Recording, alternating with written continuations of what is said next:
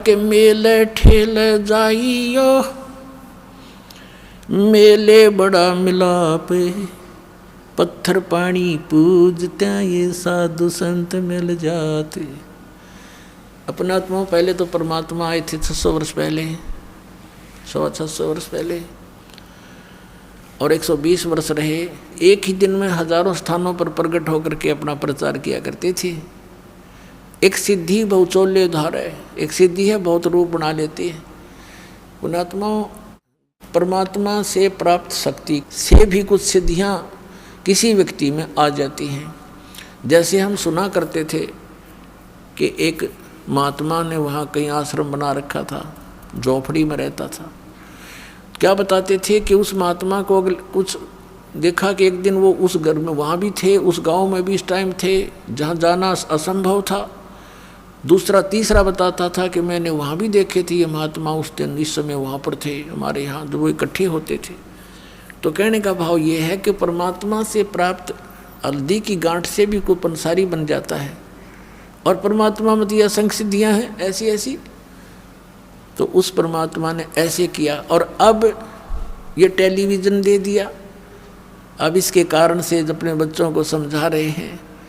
अब दूसरा क्या बताया कि मेले ठेले जाइयो, मेले बड़ा मिलाप, और पत्थर पानी पूजता कोई साधु संत मिल जाते।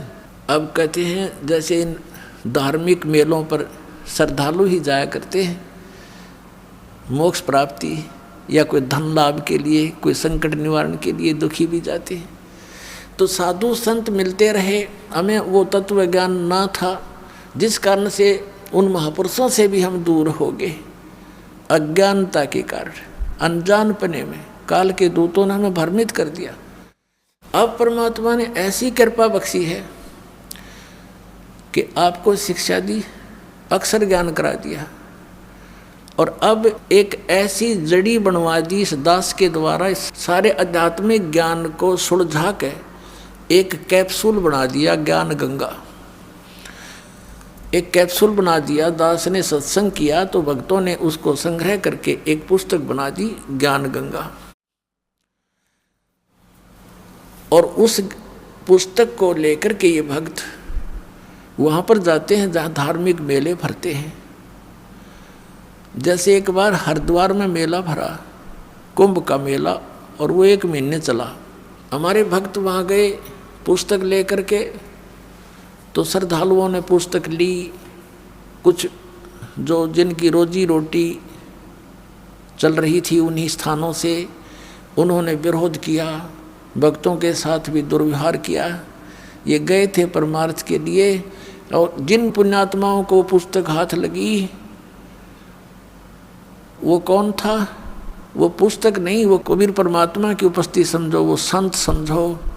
तो अब तरीका संत का ये बनाया मालिक ने कि सब शिक्षित है, ये तत्व ज्ञान रूपी पुस्तक उनको दे दी, और उस पुस्तक को पढ़कर अब वो पुण्यात्मा यहाँ आ रहे हैं।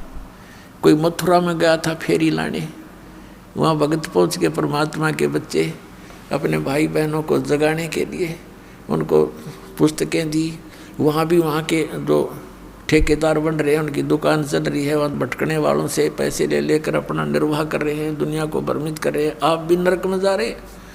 उन्होंने विरोध कर दिया, पकड़ो पकड़ो इनको। फिर वहाँ से भाग गए बेचारे। ऐसा जुल्म कर रखा है इन अज्ञानियों ने। अब इतना शिक्षित समाज है फिर भी उन्हीं के भ्रम में भरे पड़े हैं। फिर ऐसी जगह जगह पर जाते हैं उनको समझाने के लिए। उद्देश्य इनका कोई स्वार्थ नहीं है, परमार्थ के लिए जाते हैं, अपने स्वेच्छा से जाते हैं कि हम दुखी थे, ये भी दुखी हैं, इनको ज्ञान नहीं, इस तत्व ज्ञान से ये सुखी हो जाएंगे, इनके बच्चे भी सुखी होंगे, इनका जन्म मरण का रोग भी कटेगा। इस उद्देश्य से जा रहे हैं। तो कहते हैं मेले ठेले जाइयो, मेले बड़ा मिलाप, और पत्थर पानी पूजते हैं या ज्ञान गंगा मिल जाते तो बेड़ा पार हो जाएगा आपका। पुणात्मा परमात्मा हमें याद दिलाने आए थे, इस झूठे सुख को सुख कहे ये मान रहा मन मोदे, ये सकल चबीना काल का कुछ मुख में कुछ गोदे। परमात्मा बताते हैं कि झूठे सुख को भी आप सुख मान रहे हो, और ये